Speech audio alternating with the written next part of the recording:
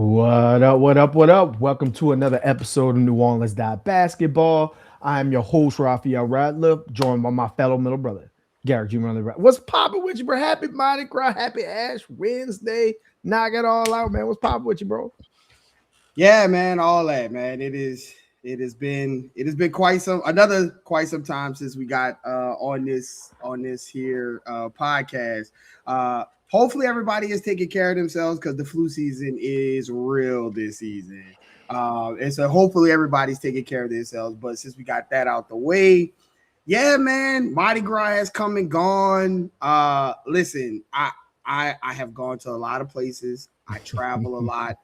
I've seen a lot of things. I've stayed in a lot of cities and states, and I'm telling you, there is no place on earth like the city of New Orleans, especially during Mardi Gras. And this is yet another. Our family is super intertwined with Mardi Gras.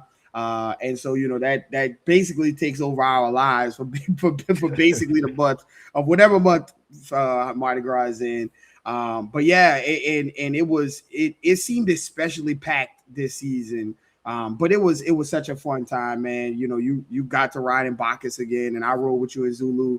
And Mardi Gras Day, man, that it is hard to explain to people what Mardi Gras is and what it means to people. But I think the best way you can explain is that you walk and you see like all of these former athletes who have been in the city of New Orleans, media, actors, everything, any celebrity that's been in New Orleans and has done anything with New Orleans, and they come back. You saw Drew Brees in Bacchus. I heard CJ McCollum was in a parade. You saw Anthony Mackie in Bacchus as well. All up and down. You saw some of the other Saints players, and it shows you just how much this city grabs a hold of you, when you're here. And so I enjoyed it, man. I think it was very sad to see a lot of people on the on the parade route with Jose Alvarado jerseys. Yeah. His spirit is still in New Orleans and still floats around the city. But obviously he's traded away and moving on to greener pastures as far as his hometown is concerned and things like that. So, yeah, man. And now the NBA sets back up. All-Star was cool. Like, shout out to Victor and Ant for taking it serious. Well, the All-Star game was cool. Not so much, I was not available to watch the entirety of All-Star Saturday. But I did see some clips, and I'm hoping everybody's all right. Hopefully, nobody's got concussions and things like that. But it's cool to see, Ant and Wemby take over and make All-Star feel like All-Star again. And then, of course, because the Pelicans are never boring and always have things going on. Apparently, Trey Murphy was nominated as the VP. Shout out to the president of the VP of the Players Association. And it's a long lineage of Pelicans players being VPs of the Players Association. But and of course that you just heard Dejounte is coming back this season. So Pelicans are always in the news, always got something going on with them, and this time was no different. But I'm excited to get into with this. It's not the half because obviously there's less than half of the game, but this kind of sprint to the end of the season to see where the Pelicans are and what they can do to salvage some of the end of the season. And I'm excited to get back into it. How's everything on your side, bro? Man, everything is blessed. I was laughing at LeBron a little bit because he got diagnosed with sciatica, to begin the season. I tell you what, bro, after riding in a couple Mardi Gras parades, man, my shoulder don't feel the same, man. My back don't feel the same, man. I'm getting to that point. I guess I'm not that far behind, Brian, so I got to show some respect, and I gotta calm my laughter a little bit. But yeah, man, the All-Star break came and went. Hey, shout out Jackson Hayes. He was in the dunk contest. I don't know if he practiced, but he was in the dunk contest. No, I don't think he did. And shout out to Dame Lillard for winning it with one leg. Look, that is insane. How I understand. Explain it to me. I understand that like all the media, or not all the media, all the networks are upset with the NBA. They're like, fix your All-Star game. We put it on TV. We want people to watch. But when you put Dame in there, he didn't play the game all season. He goes in and wins. You got Jokic and Luka in there. They're not really trying. I don't know how you're going to fix it. I don't know what the NBA can do to make people buy in again like it used to be. And I just don't know if we live in that era anymore. And like if you look at some of the other All-Star games, MLB, the NFL, like nobody cares about flag football. But like, and so like I just don't know how you fix it. I don't know, but like whatever they're doing right now, man, middle of the selection. I know Trey Murphy was upset he didn't get an invitation to the dunk contest or the three-point contest. He's like top 10 in both in the NBA. I don't know, man. I just don't know what you do right now because whatever they're putting out year after year in the All-Star, it's not great. But hey, shout out to the US. I guess the world hasn't conquered yet because they won. Shout out to them. Anyways, you said it right. The Pelicans are never boring, even though they're 15-41, and even though they're in 14th in the West. There's always some shit going on with the Pelicans. So before we go into that, make sure you guys will follow us on Twitter, on IG, on TikTok. That's Basketball No E. Make sure you're liking the episode below, and make sure if you're not already subscribed to the channel. Michael, I see you in the comments talking about Dejounte and what that means for Fears. We're jumping into all that. Because I do think there are some elements to it, but I don't know if I necessarily see it the way everybody else does. So you started off with Jose Alvarado. I want to back up a couple steps to the trade deadline. It's the moment Jeremiah Fears, and if you really listen to Jose Alvarado this past summer, I think he knew it too.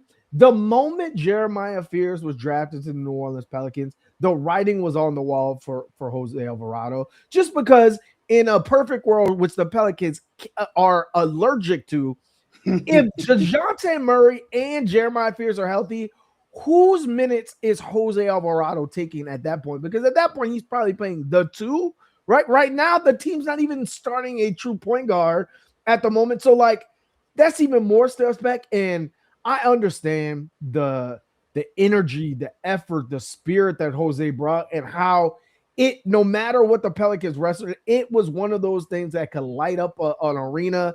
Madison Square Garden has already experienced it to some degree. And so naturally the fans of New Orleans gravitate to that. And then when you see him get traded for like some seconds and then Jalen Terry gets cut immediately and things like that, you're like, man, for a player like that, how could you just throw him away for nothing? Well, in reality, I just talked about if those two players are healthy. But then it comes to the point where, like, well, Jose's going to be up for a contract at the end of the season.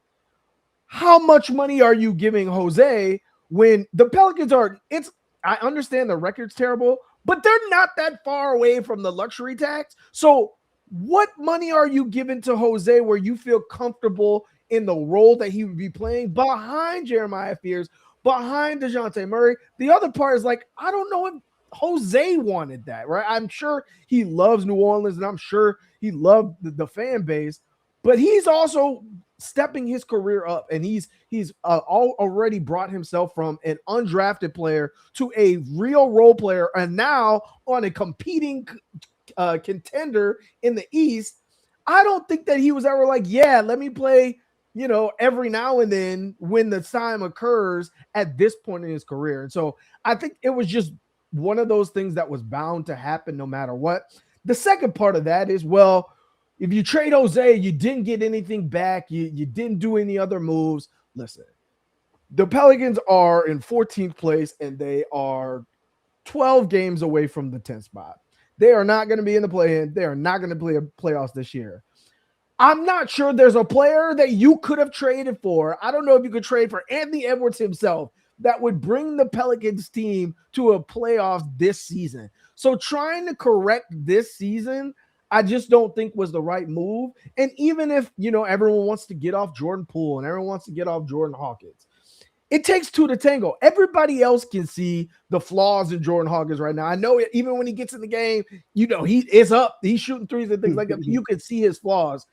And it's very apparent that the value for Jordan Poole is zero to almost none right at this point, because he's getting not played for a team that is almost last in the NBA.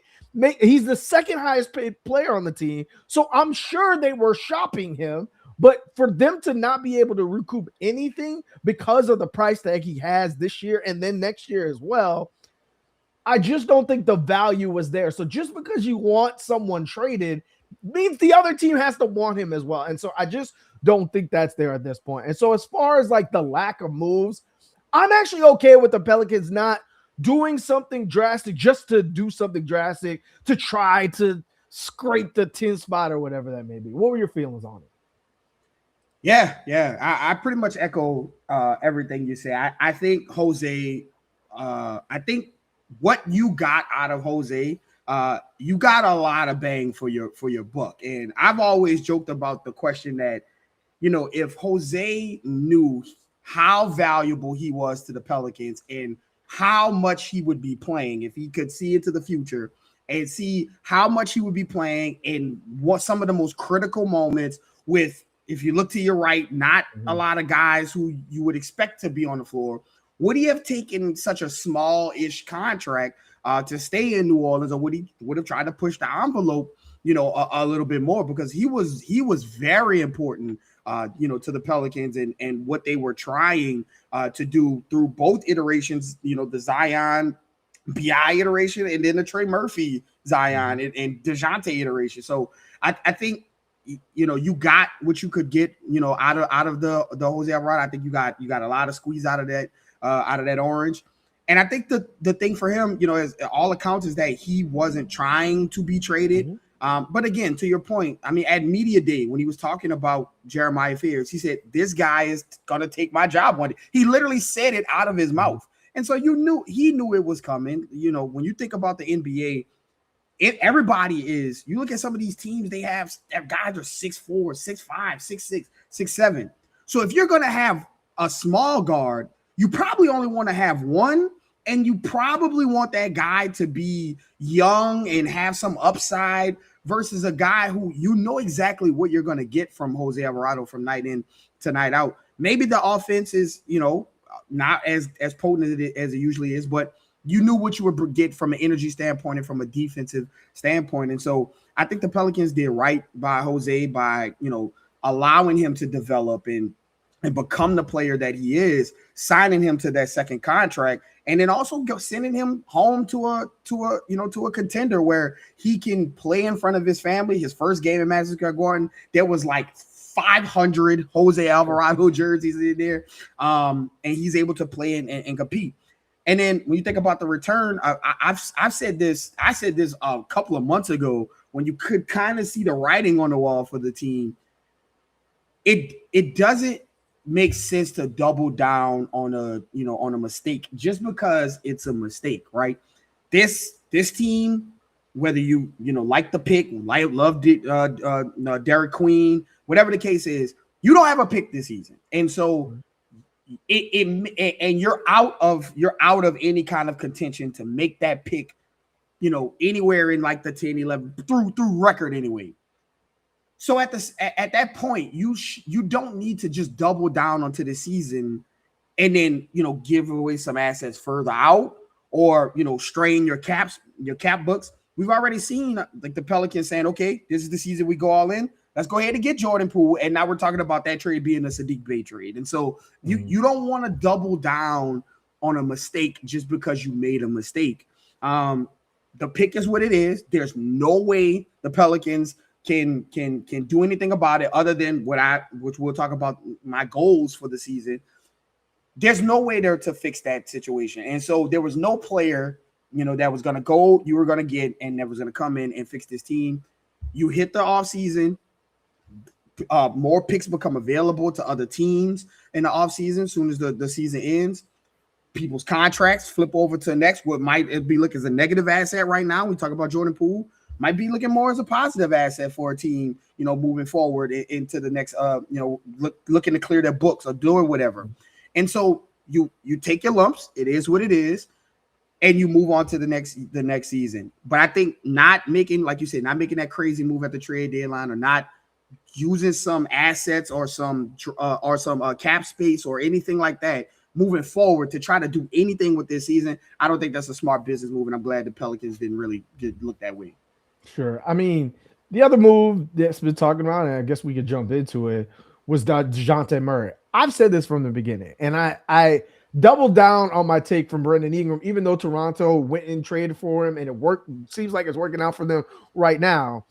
I just don't see the team that would say, you know what, we haven't seen Dejounte Murray play in over a year. But I know he's got 63 million and 2 years left on the contract. So I'm gonna trade for him anyway. I didn't see that team.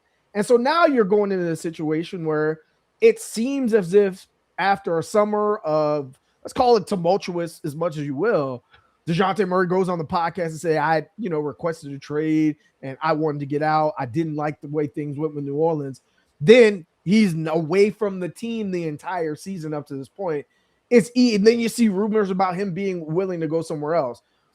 Again, it takes two to tango. If there's not another team on the other end that's looking to trade for $30 million in this economy, in this CBA, for a player who's about to be 30, when you got Darius A-Cup coming in the draft, scoring 49 points, like, I'm not sure there's a whole lot of teams that are like, you know what, let me go trade for the guy straight off the Achilles injury.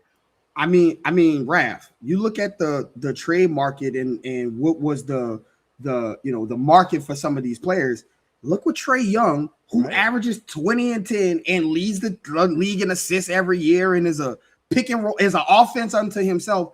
Look at what he was traded for, right? Like and he's a way better player than I would say Dejounte Murray is, right now, especially coming off that injury. And so when you look at these guys that signed their contracts before the new CBA come in, like, they don't have that same value as they did before that CBA kicked in. And it's very hard to trade these big salaries, especially with CBA implications as far as, meeting the same dollar for second team apron and can't take in as much and this, that, and the other.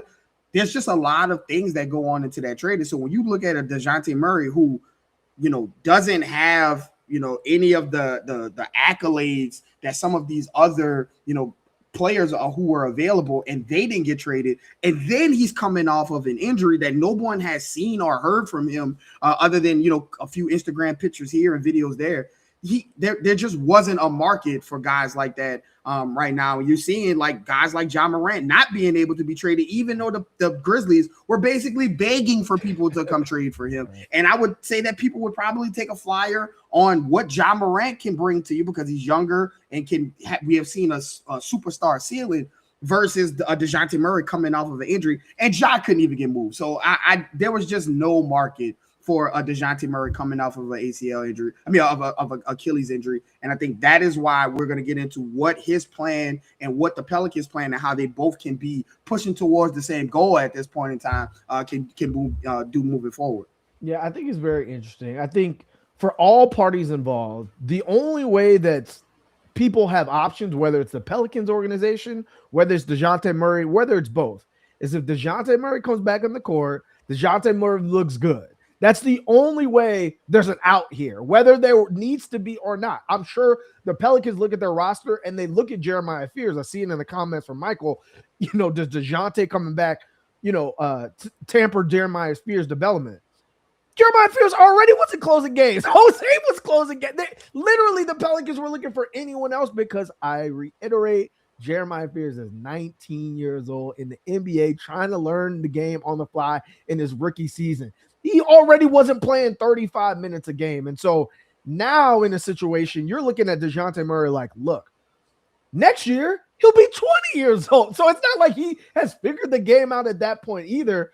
You can ride this thing out. And by the way, the team that leads the NBA in clutch games, we traded for Dejounte for him to be a clutch player, right? And so now you're looking for the skill set that he brings and say, look, Dejounte, I know things have been what they have in the past, but the only way we move forward is by you looking good. So we need you to come back with the best of spirits to lead this team or whatnot. Now, from your perspective, whether it's on the court, off the court, what are the things that you're looking for in Dejounte Murray's return to the court? Earlier today, James Borrego said that he'll see him sometime this week. The Pelicans play 3 times this week. So he's probably going to play, probably not tomorrow, but maybe the game after. What are your first kind of outlooks when it comes to Dejounte's return?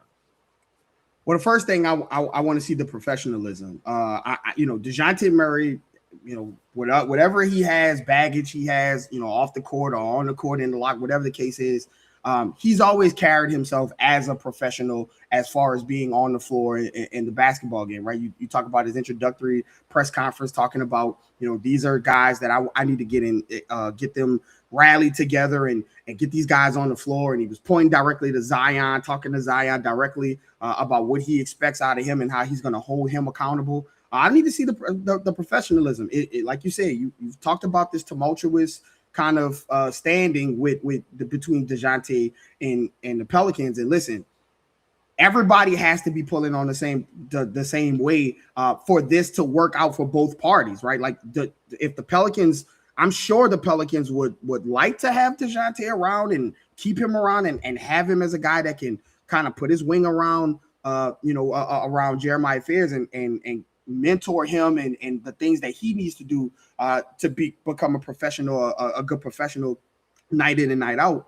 But I'm also like I bet you they aren't like scoffing at getting a lot of that money off of the books and possibly turning it into some other, key player, some other good player or some other player that can help them out regardless. But either the path to go, and you talk about Dejounte wanting to be out, for all of those paths to end up in they can all end up in the same destination. But for that to happen, the Pelicans need to have Dejounte Murray's, availability and his production at the front of mind. And Dejounte Murray needs to do that as well, because you're not only looking for a way out, but you're looking for your next paycheck too. And again, we talked about this. This next CBA, bro, like it is tight. These pockets are tight. As far as contracts given out. And so like you need to play well, all right, in order to do that. And so him playing well also helps the Pelicans out with trying to get, as what I've been saying for a couple of months now, get as far as humanly possible away from the number one odds. So when you look around and you say, well, why are the Pelicans? I've heard some other podcasts talk about, what are the Pelicans doing? Why are they not playing the rookies? And why are Sadiq Bey has a lot to do with this team? Well, they're trying to win so they can get away from that number one odds. As many wins as you can stack up, you get away from that number one odds. And so Dejounte is going to be helping that. On the floor, though, I want to see him push the tempo. I want to see him help with this defense and getting his defense into transition more often with his steals, with his length, with his instincts on the defensive side of the ball. I want to see him push the pace once the turnovers do happen. And I would like to see him help out with this team with bringing out aggression in guys. I think that was one of the things that Rondo, when he was in New Orleans, was so good at. There were times where he would talk about it, where he would throw the ball at Anthony Davis and Anthony Davis would throw it back. And Rondo's like, no. We're going right back to you because you got to score. You got to be the guy to carry us. And I think outside of we've talked about Zion's kind of his getting off the ground early and punching first early, right? Instead of just kind of sitting around and letting the game go by. A lot of that with DQ as well. Like we've seen DQ be kind of timid as far as his offense go. If he can, we saw him kind of unlock a little bit of Yves Missi, which you'll talk about as far as the two-man game. But like getting guys in spots where they can be aggressive and start games off, delivering more punches rather than being responding to punches. I think Dejounte has a lot of can help out with that. And so I just want to see him be the point guard that this team has been missing and that this team has, and that he has the capabilities to be, because I think that is where you have a lot of guys that can score on his team. And you've seen 20-point games out of Jeremiah Fears and Sadiq Bey and Derek Queen and Zion and Trey, all of these different guys, right? But it hasn't always felt like easy for them to score. And I think James Borrego has done a good job with his offense, unlocking some things. But I think having a guy who can come out there and produce at the point guard position the way that Dejounte has the capabilities of doing, I think that's just going to unlock another level for James Borrego to play with. And it should keep that offense afloat a little longer and not running into these laws where they're scoring 8 points in a quarter or 10, 11 points in a quarter because they really have nobody to organize them. Right. I look at it from a couple of different angles, right? We talked about what's Dejounte's mentality, right? After coming off the trade and the injury and all that stuff and feeling good. And, he's already come in and said, and AD said on the broadcast, he's got a goal for this team after the All-Star break. And it sounds like he's bought into whatever role the Pelicans are trying to get him to play, which is probably that leader role. That word leadership is the one everyone's throwing around. James Borrego said today that's the first thing you think of when you think of Dejounte Murray, both on and off the court, especially for such a young team and a rotation that is relatively young as far as no one being over 30 that's in the rotation. Like that's a young core. But like there's two ways of playing that. You can play it as I'm going to be the mentor and I'm going to help this young guy, Jeremiah Fears, who there's so much untapped and we're going to get into him that you can see and is starting to trickle itself out over the last couple games. But also, he's not that old. Like he's probably still got a couple of contracts left in him, probably one big one, but then a couple of left in him. And so is he coming out like, I'm going to show you how much I got left in the tank.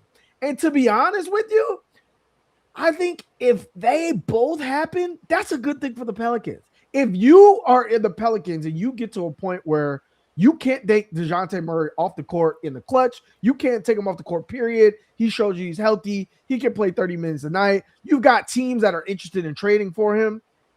I think that's a good place to be because then at that point, your team is probably winning more.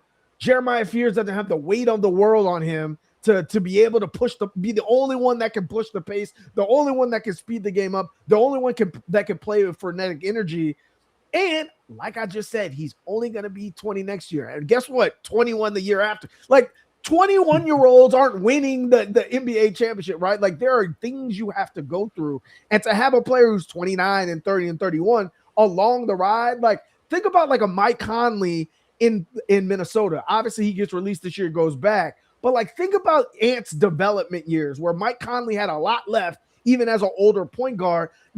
All the responsibility wasn't always on him. And so I just think if he dives into that role of let me both show the NBA what I got left, but also let me be a sponge for this young rookie to grow into, I think that's the best case scenario for the team. As far as on the court, you talked about the closing time, and I think that one is obvious just because the Pelicans have been in so many clutch games and it's looked awful at times, sometimes not getting shots up, sometimes no one has no idea what to do. But it's not just Dejounte Murray's ability to hit clutch shots, right?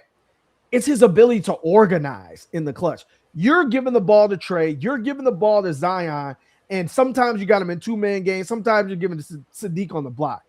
But what is the NBA now? The NBA is a pick-and-roll league. I think of Dejounte Murray, again, depends on what he looks like. He is the best player on the team to lead a pick and roll with under 20 seconds left on the shot clock because he's going to have the ability to make the right pass, or he can create a tough shot in the mid-range, or he can get to the bucket himself. How many other players on the Pelicans team could you say that about right now? Just not the case. Whether you give it to Zion and you let Trey set the pick, or whether you give it to Trey and you let Zion set the pick, how many of them do you feel comfortable if the shot's not there for Trey or the drive's not there for Zion that the right thing is going to happen no matter what? I don't know if I can answer that question. No, and that's a great point. And just on that point, it is you talk about the pick and roll. It is not just pick and then make the decision. The NBA has turned into a crab dribbling league, right? Where you get that big man, you get the pick and roll, the switch happens, and you get that big man on your back or on your side, and the ball handler is the guy that can orchestrate, okay, is that lob coming, or is that, or is that guy going to double me and I can throw the lob? Is he not? And I can shoot that mid-range. There's nobody on the team like that can do that right now. Like Jeremiah Fears, I want that to become like the thing that he gets great at, because I think he'll just have so much space to play in when you talk about his speed and his passing ability and things like that. Like he can be a master conductor at that. But Dejounte is really the only guy that can like do that right now. And I think now that when you talk about that pick and roll with the emergence and now the usage of both Eves and Carlo at the same time, with James Borrego kind of like going to those guys as the big men now, like that, having those two guys already acclimated to playing with a guy who will kind of throw the lob in Jeremiah Fears and playing above the rim and playing that rim running, and then you also have Eves kind of taking that mini leap right now. I think all of that helps Dejounte out, and therefore helps the Pelicans out by empowering Dejounte to be in that role. Right. I mean, the thing I look at, and again, it's not always wins and losses, especially right now when the Pelicans looks futile as far as a play-in spot or anything like that. It's not always wins and losses, how you're playing. And like I had this conversation with somebody on Twitter. If the Pelicans were having this season right now, like 3 years ago, I think the fans would be able to digest it a little bit more to say, okay, they're competitive in every game. They play hard every game. There's an identity building with the team in terms of the Pelicans are number one team in the paint. They're going to beat you up at the paint. They're going to take care of the ball. They're not going to turn it over, but they can be outrun if you beat them in fast break. They can be outshot because if you put four guys around Zion, there's not a lot of shooters on the team. You're going through the elimination process of, okay, this is how we fix this. This is what we have an issue with there. Whereas like over the past like 4 or 5 years, you really like truthfully have not been able to do that with the team because Zion hasn't been on the court or Trey hasn't been on the court or starting or shooters haven't been on the court or there's no rim protector. There's always been like a key part of the team missing so that you never really like built any chemistry about,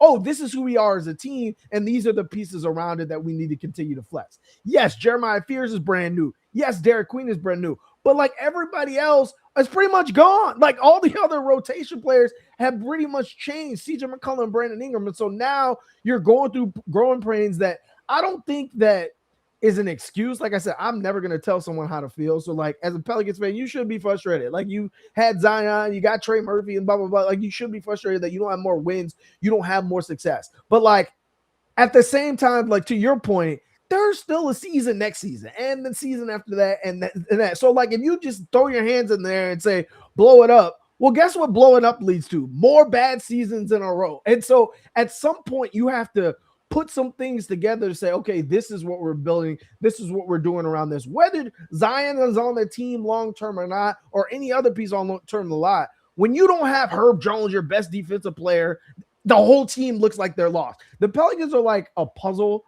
that when they're all put together, the puzzle looks good. But when like there's missing pieces on the puzzle, it's like, oh, that's an eyesore. That's what happens. Every time someone is out, like for example, the last game versus the Heat, Trey Murphy injures his shoulder. Thank God, doesn't seem like too serious. He might miss a game or two, but he'll be back. It was the same injury shoulder. He misses the game. Yves Missi misses the game. Immediately you see the things that they bring to the game missing from the Pelicans, and they get basically blown out in the fourth quarter versus the Heat. And so it's like the team hasn't figured out, okay, when certain pieces are missing, I have to step up here, or I need to do more here, or this person needs to play more here. And that's the process they're going through. And again, it's not to make excuses for the team. It's just the situation that they're in. Also, it doesn't help you that the second highest paid player is not playing because of DNP of CDs. And then also Dejounte Murray is not playing. And so where you have this money where, you know, you say Trey and Yves are out, where you have like $60 million sitting on the bench not playing, well, that $60 million could be used on two better players or maybe three mid players like or you know, like Sadiq Bays. Like imagine you had three Sadiq Bays instead of, you know, Dejounte and Jordan Poole not playing. So when you sit those guys down, you look down the end of the bench and you say, well, I guess we need to have 19-year-old Jeremiah Fears come save us and 20-year-old Derek Queen come save us. And then, as you know, rookies don't contribute to winning, especially rookie point guards that can't really shoot exquisitely well. And rookie big men who are still finding out which version of themselves is the best version. So when you look down the bench and Trey and Yves are out, you don't really have, and the DQ isn't playing, and you can't put Jordan Poole on the court, apparently.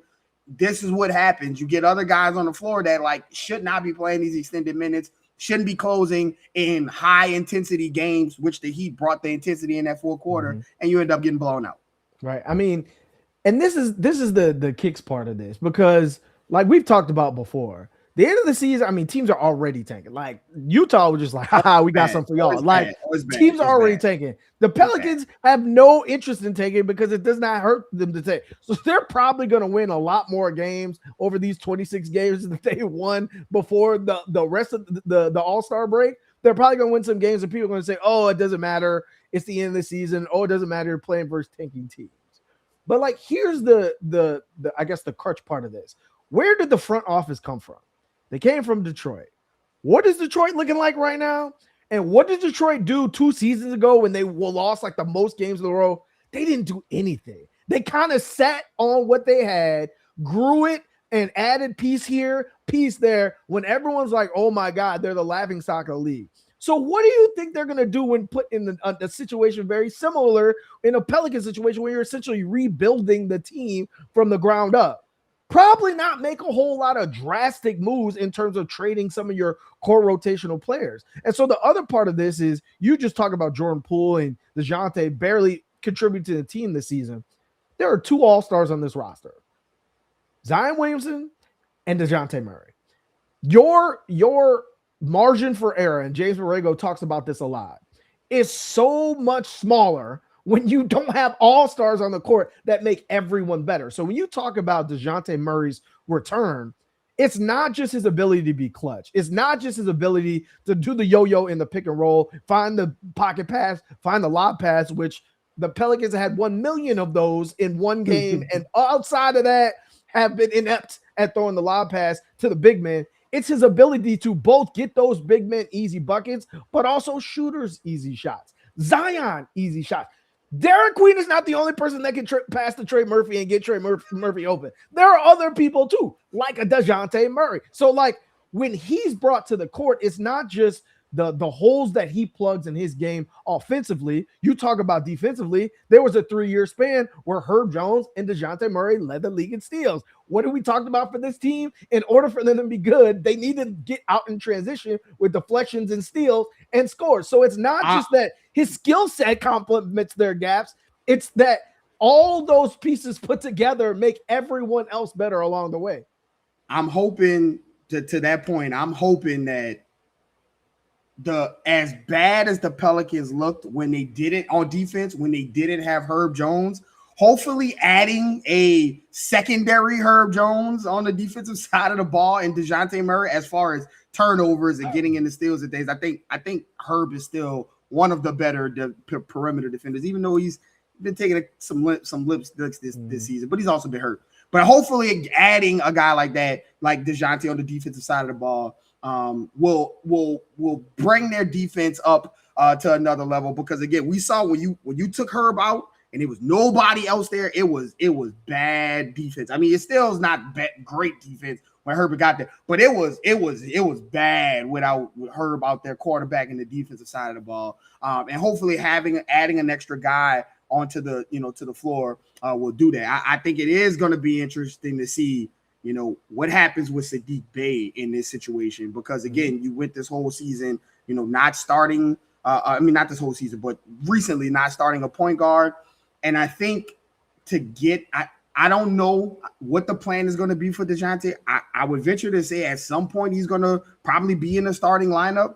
And at that point, if Trey is back, you're going to have decisions to make, right? Like, is Derek Queen going to still stay the starter at the center position and just things like that? It'll just be interesting to see, because again, Saddiq Bey has played so well where I've had some questions about, the starting lineup than a certain, who I call the cornerstone draft pick in Herb Jones. When you bring Dejounte in right now and again to boost his trade value and to help with the Pelicans in this pick situation as far as getting away from the number 1 pick as far as possible, just going to be very interesting to see, what happens at that point.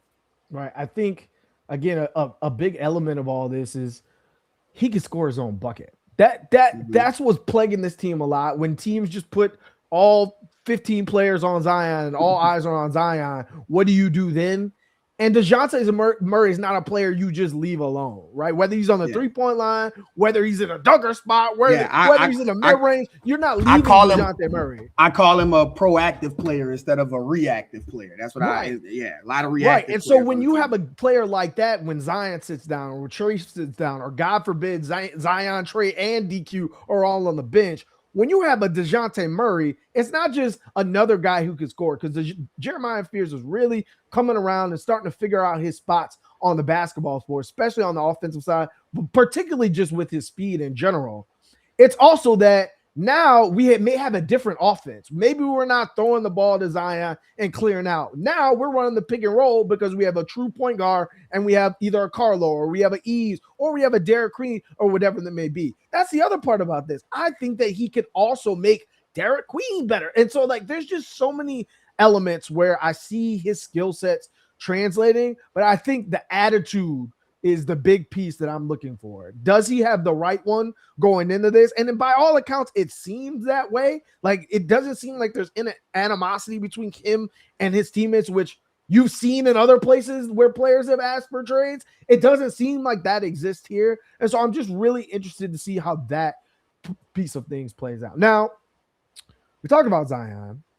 He's played the most games consecutively in his NBA career. He looks the best that he's looked in his NBA career, as far as just his ability to stay on the floor, his physique, things like that. You say that, and some of his numbers are down. The Pelicans are still not winning games. He's finally playing games with Trey Murphy, finally playing games with Sadiq Bates.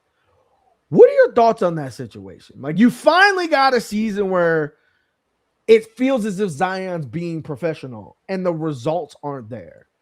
Where does your head kind of land at? With 26 games to go. Yeah, it's great. And what up, Ken? What up, West Bank? Rick, good seeing y'all, man. What up, Eric Jackson? So it's interesting, and I think some of this. Okay, I'm putting a lot of this on Zion, and I'm gonna tell you why I do that. I think there is a gap between what Zion could be, and when I say could be, I mean like he could do this. Like, it's not like pie in the sky. It's something has the ability to reach this level, like what he could be, and what he is, or the Pelicans think he is, or James Borrego thinks he is, or whatever the case is. And here's what I mean by that. I was having a discussion with some people in my group chat, some of my friends, and we were talking about, like, why does it seem like Zion is simultaneously like really good, but like not good enough at the same time? And it was a good discussion that we had in our group message. And I brought up the fact that his field goal attempts is what bothers me the most about Zion. Because if you look at his field goal attempts throughout his career, but like if you look at him this season, if you ask the normal person about Zion, if you ask the casual person about Zion's basketball skill on the court, not can he play off the court stuff, he's available and healthy for a game. What do you think of Zion's talent in that game? They'll tell you it's one of one. It's something you don't see very often, if ever. He has a tremendous feel around the rim. He can score. He has a double jump that is unmatched in the NBA. He has passing ability. He has all of these things. And then you say, okay, well, who else has those kind of qualities, right? And they'll say people like Luka and Giannis and LeBron and, Paul George and guys, the elite, the best players in the league, right? And then I tell you, okay, go look at those guys' field goals attempts, and then go look at Zion's field goal attempts. And you look at his field goal attempts, and it's around guys like Evan Mobley, who's a good player, but he's also behind Donovan Mitchell and James Harden, right? James Harden now, but Darius Garland before, Jared Allen before. He's around guys like, who else was on that list? He was around guys. He wasn't around the Giannis, the Tyrese Maxeys. He wasn't even around Zach LaVine shot attempts. And it just begs the question, why? Why is that? And he's never been that kind of guy, not even close to 20 attempts. You got Shea shooting 23, 24 shot attempts. You got Giannis putting up 20, 24 shot attempts a game. Luka, 20, 22 shot attempt, and 20, 22, 23 shot attempt. And then you get the Zion, and it's like 14, 15, 16, 13, 11. And you just wonder why that is. And and it goes to this question you just asked about him playing these consecutive games and the Pelicans still not being able to link games. Sure, is the talent, is Jeremiah Fears and Derek Queen at the final forms where they're going to be contributing to win? No, and they're playing a lot and being asked a lot. And so you have that issue coming in, right? We've seen Zion get looked off by Derek Queen and Jeremiah Fears because they're young and they're trying to spread their wings. It's what usually you do on a rebuilding team with young rookies, right? That's what they usually do. They go out there and experiment, right? And you also had injuries, right? Trey hasn't played. Herb has been out. Sadiq has been out. Like, you've had injuries. That's fine. But there is a disconnect between Zion's talent, and I don't want to say his mentality, because he does play hard every time he plays, but just the way that his aggressiveness to score. And I think that it leaks over into results of games. Imagine there are games where Zion shoots the ball 20 times instead of 11 and you lose by 6, you lose by 7, you lose by 8.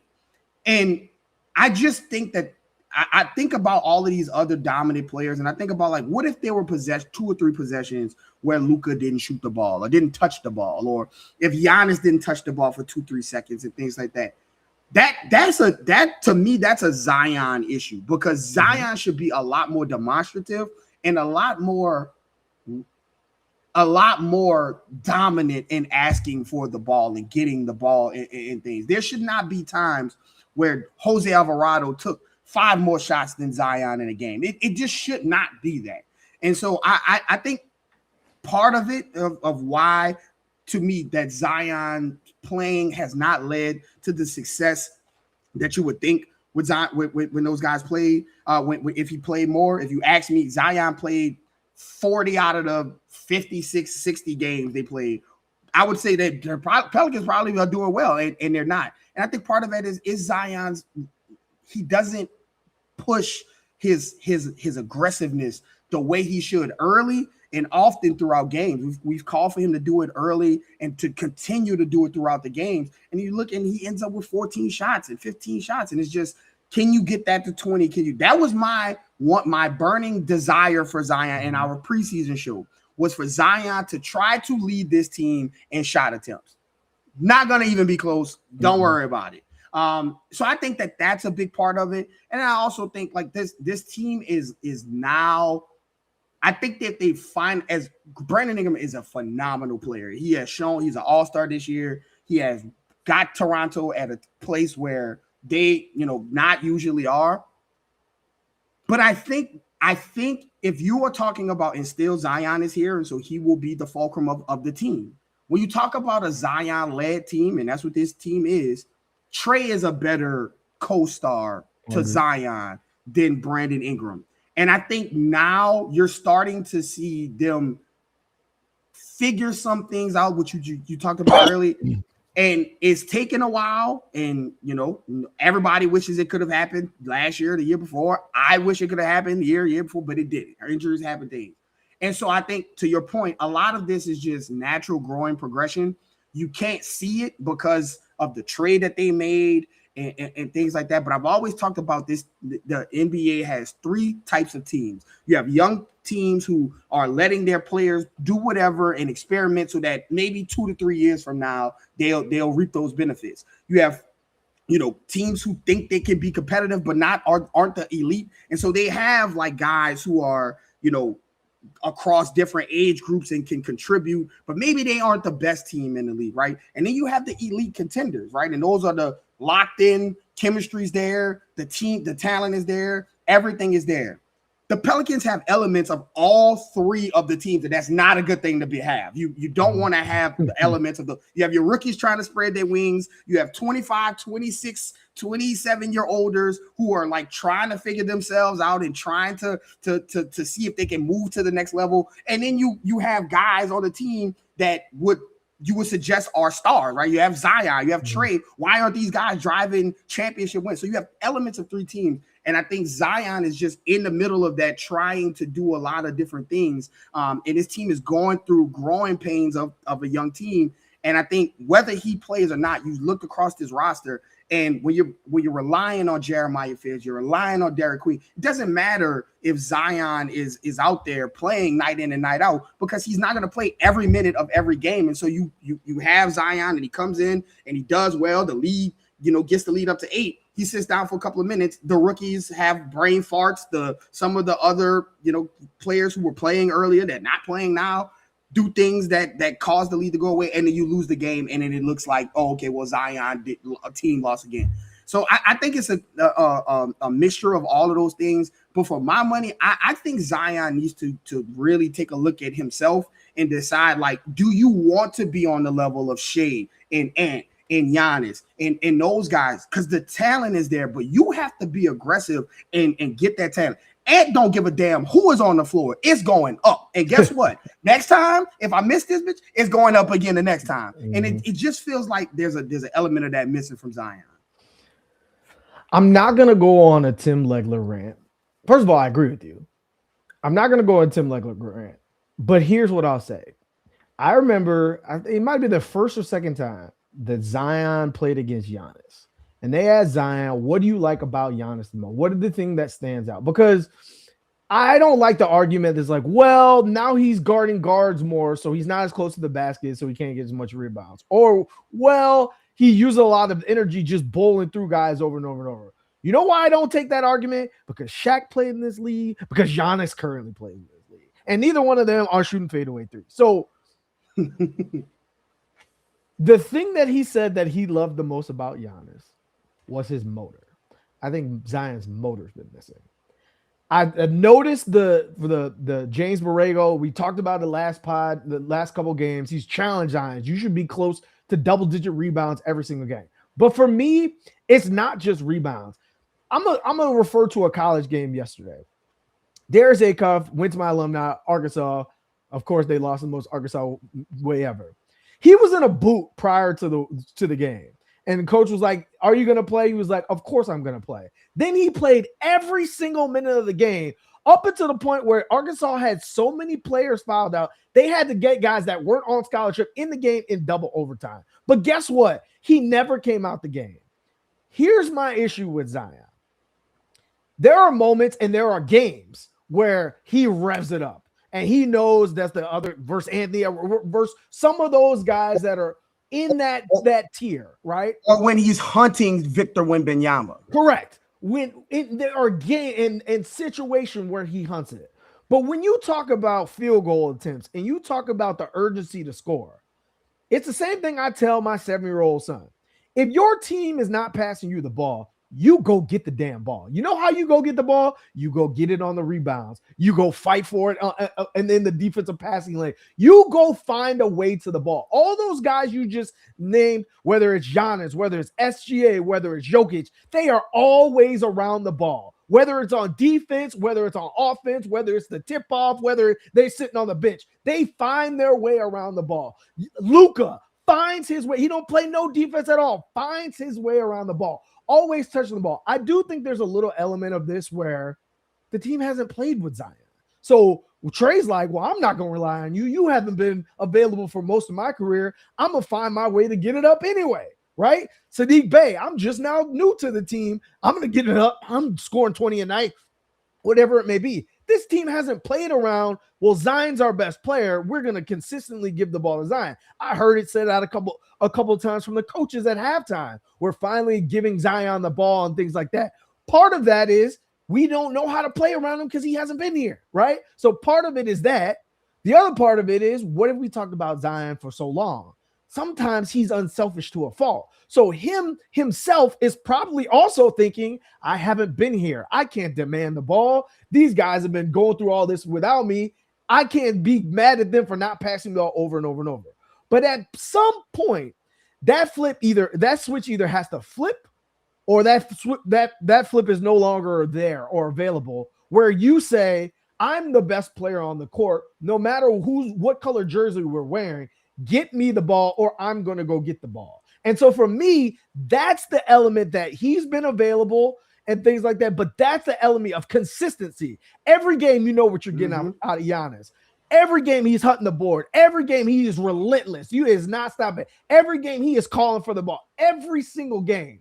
Zion, it kind of depends on the game. If there's 4 guys in the paint, 5 guys in the paint, sometimes he just is easily allowing other guys to get open shots and making the right play, sure.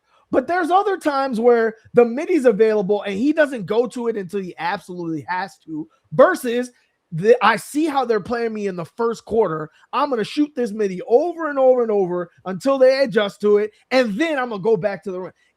It's part of him learning how to play the game because he hasn't been on the court consistently. That's the other thing about confidence. You can't develop confidence in some of the things you're not as confident in, like shooting the 3, like shooting the midi. If you're on the court 10 games and then on the court 5 games, you're always going to go back to the thing that you trust over and over and over.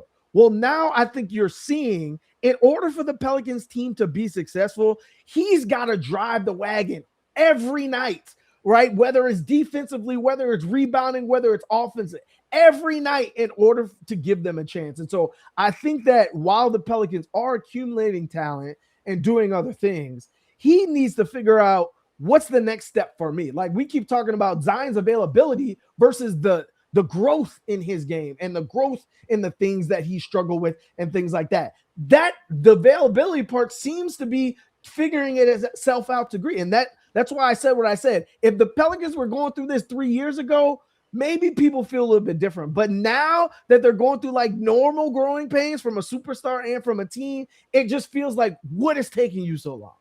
Yeah, and look, to that point, we've seen players that have superstar alpha talent, and they just don't.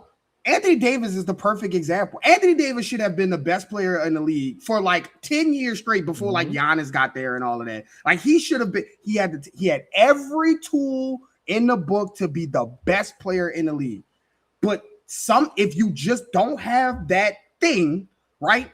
On the other hand, you look at Jalen Brunson, there is no way in the world he should be successful as he is night in and night out. He doesn't have any of the tools that a lot of the other players have, other than he can shoot and he can dribble and get to the rim. Well, but he's so relentless and he's such a dog that it works for him, and he's become an all-star and one of the best players in the league. So it's a mentality thing. And if you don't have it, it's perfectly fine to not have it. Like if that's who you are, then that's fine. Like if you are Anthony Davis, if you are Klay Thompson, if you are like Kyrie Irving. Kyrie Irving is one of the most talented players on the planet, right? One of the greatest players that ever touched a basketball court. But he could not win as the guy, right? You got other guys like Jaylen Brown, who, Tatum was there. He gone. I'm the big dog now, and look at the way he has Boston because of a mentality. Because you take that and you internalize it, and you just wired that way. And if that's not who you are, then that's fine. You can be those guys and go to the Hall of Fame. But if you want to be one of these inner circle guys that night in and night out, you are in the MVP talks, you're in the best player talks, even when you're not winning. Like Victor Wembanyama was on a terrible team last year, and everybody was like, yeah, that guy will be here soon. Don't worry about it. Like Anthony Edwards, the day he got drafted, everybody was like, yeah, that guy is coming. Don't worry about it. And he showed night in and night out development. If you just don't have that, that's fine. But you have the talent to be in that circle, and you just have to want it. And we always say it: heavy is the head that wears the crown. And if that's what you want to be that guy, then you have to go be that guy, and it's not just going to be handed to you. Right, I couldn't agree more. So again, I think the team is going through growing pains.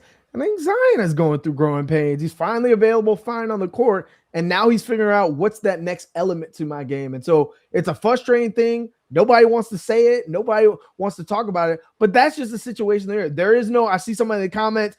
I don't think if you get a top 5 pick in this draft, you're going to trade it for Zion.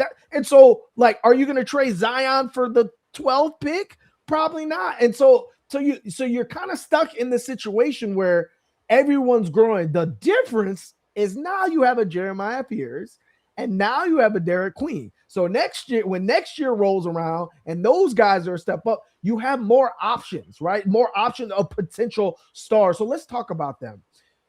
We're on that second part. Both of them were a part of the Rising Stars game. It seems like the Pelicans put somebody in the Rising Stars game every single year, which again leads to frustration of why is the team not winning at some point. Come to find out, Derek Queen and Jeremiah Fears are playing each other in the championship and things like that. Derek Queen started the season high, triple double, 30 points, things like that. Jeremiah Fears had some ups and downs. He's had moments where like, oh, there's that kid, things like that. Tell me what your thoughts are on them so far in their rookie campaigns and what you're looking to see from them these last 26. Yeah, I think Derek Queen has established himself as a guy who can be a hub at some point down the line. I think once he gets, the NBA game slows down for him and he finds out, what is the best balance between aggression and being a facilitator.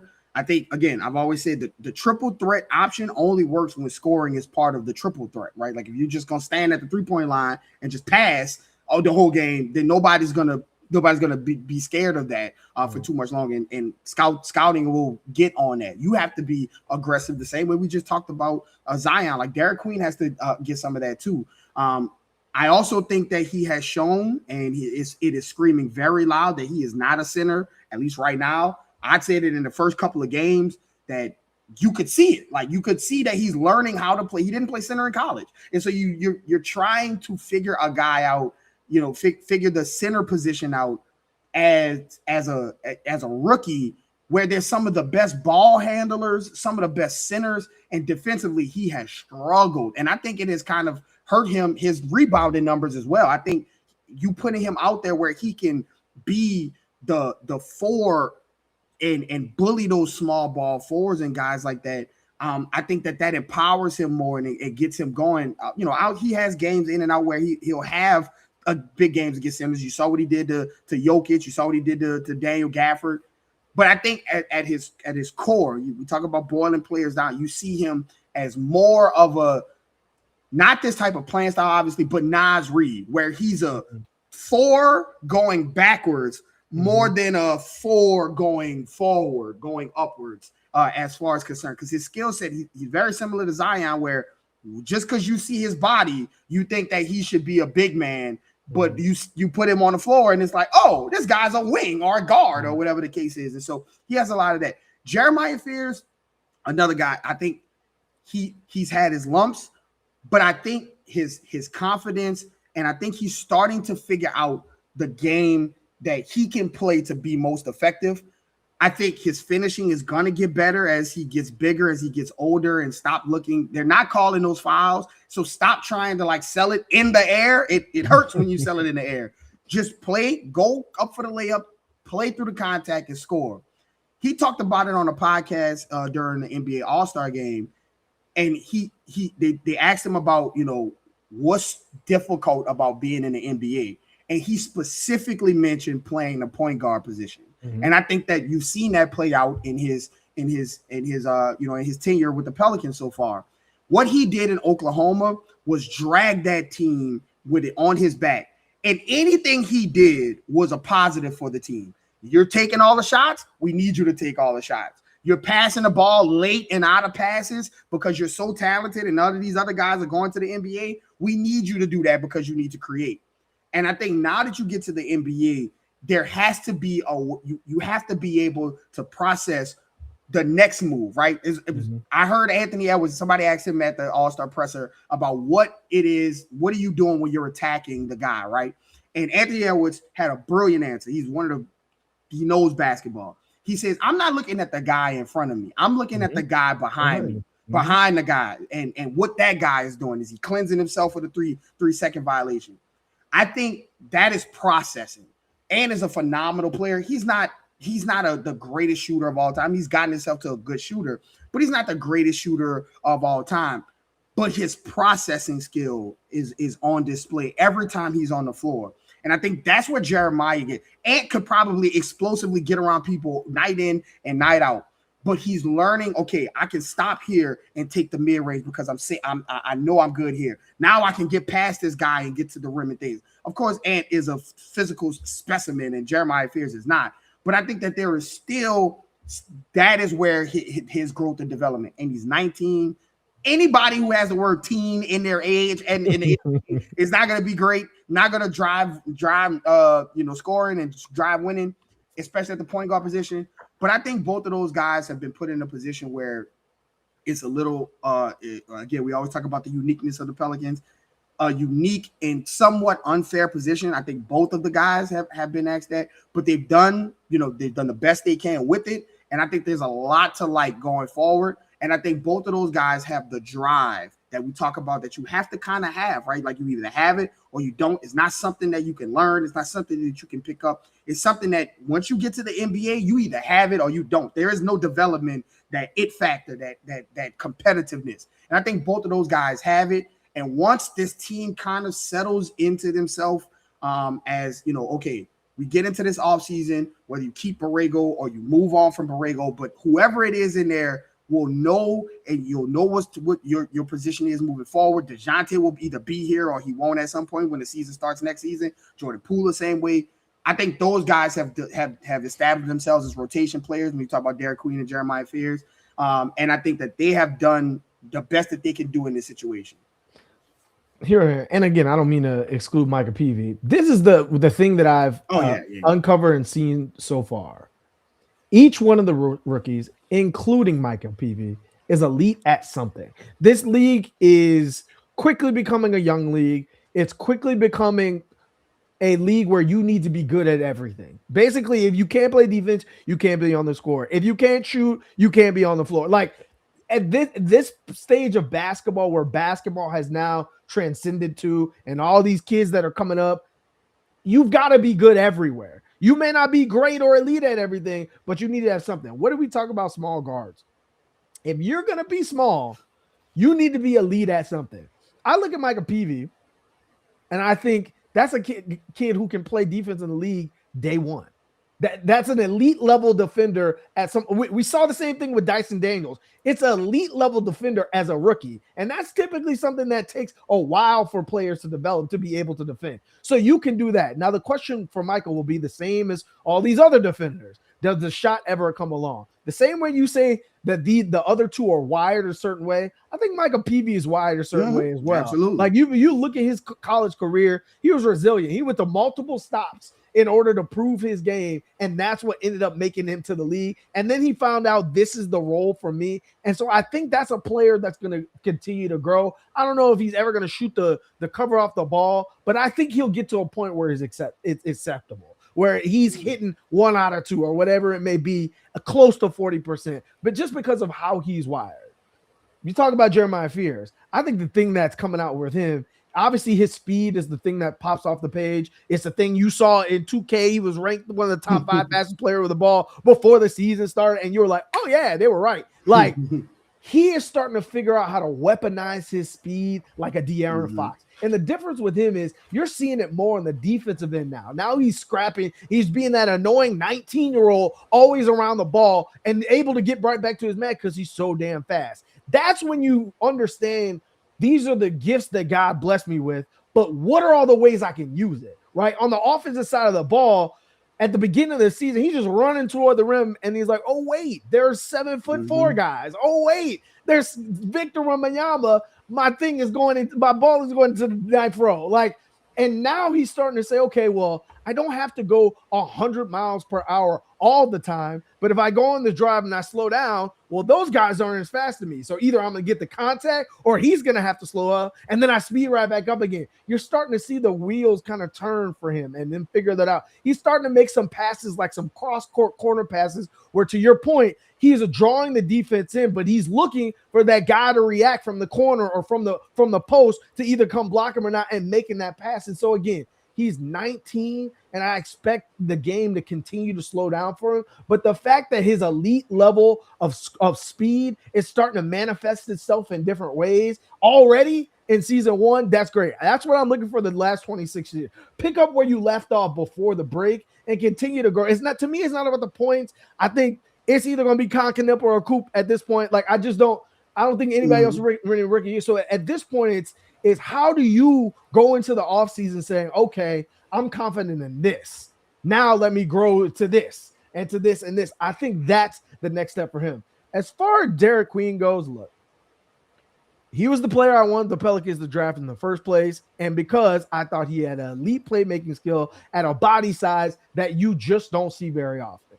It's already evident to me he's an elite playmaker, an elite passer. Next year, I expect 2K27 to have a Derek Queen pass package. Like, he is elite in that particular area. I think for him, yes, the defense is going to take some time. I don't know if he's never going to be an Eves Misi. He's never going to be a rim protector to that level, but you can learn how to be serviceable even if you're ground bound. You can learn the effort. I look at it, everyone wants to compare him to Jokic and Sengun and things like that because they are also elite playmakers as well. But even those guys, they don't move the fastest, but they know when to use their speed. They know when to get those efforts. They know when to go quick and before the defense can adjust. And again, this is a rookie at 20 years old. I don't expect him to figure all those things out. I expect him to go through lulls and go through challenges of, all right, I need to get my guy, especially as a pass first player, I need to get my guys involved versus I need to take over right now because they don't have someone that can. I expect them to go through those things, but the fact that you can already see the elite traits peeking out, you don't see it every game, but you can see that, hey, it's there. We made the right guy. I'm not tripping off the fact that they don't have a first round pick. There's a lot of good kids coming out in this upcoming draft. But again, for the Pelicans in particular, for two reasons, I've always said that they're just lacking something from a big perspective. Now you got Eves Misi taking a leap and growing in his way. Now you got a different option in a Derek Queen that can kind of give you something different, and you can play them both together. I see that piece. But the biggest thing for me and for Derek Queen is as he continues to grow and go forward, now you have an alternative if Zion doesn't work out. Because just like you just said, he's the 4. If you move on from Zion in a year or two and Derek Queen is leveled up and leveled up and leveled up, he can be the 4, right? And he takes over that spot. So now you have a alternate option that you didn't have before, even with Brandon Ingram, even with CJ McCollum. You have someone of a bigger size that can now slot into that position. And so I'm really interested to see how all three of them finish the season out. Whether it's, hey, I got rookie legs or whatever it may be, or, okay, I found something and I'm going to the offseason feeling good about it. Like Jeremiah Fears, everybody takes a break during All-Star break. He was up there getting shots. Like he literally was at the All-Star game and then went to go to the gym. Like he's one of those guys that's always going. And I think you're going to see some of that from the other two as well. So I think I know that the Pelicans, whatever grades they got at the beginning of the season are bullshit. They got an A on the last draft. Now it's about go finding more second round picks, go finding more guys and free agents like Sadiq Biggs that people figured out. Because at this point, again, the Pels ain't making the playoffs. They ain't making the play at this point. What momentum can you carry through the next 26 games so that you can become the next Pistons or whatever they may be? With that being said, Garrick, what you got left for the people as we wind down the rest of the season? As always, you never know what people are going through, so give someone a smile today. What up, Bird Talk? I appreciate y'all. Appreciate you coming through. Cold chilling as always, Brian Guy. Yeah, man, the NBA is picking back up. Pelicans are picking back up. 26 games. There's always something for the Pelicans to play for, especially with this young team and these young players. But especially now, they have a lot of incentive to win when a lot of teams around their record standings have a lot of incentive to lose. And so, hopefully they can capitalize on that, string together a couple of wins and see how far they can get away from this number 1 pick. Because honestly, for me, that's the number one goal this year. I think going to this season with trying to get as far away into this offseason, trying to get as far away from the number 1 pick as possible, because then that also means that the team has been playing well. And if all that other stuff that we talked about, gelling and getting the guys on the floor, if you go out with an intention to win every game, I think all the rest of that stuff takes care of itself. They're not going to the playoffs. They're not going to the play-in. The pick is gone. The quicker you accept it and rip the Band-Aid over and start looking for how the guys on this team can improve from now until the end of the season, I think the better you'll be and the happier you'll be. So with that being said, as always, follow myself at Garrick_Rattler. Follow my brother at Raphael_Rattler. Follow the page at NO_basketball, no E. Most importantly, subscribe to Orleans.Basketball, and we'll see you guys in the next one. Yes, sir.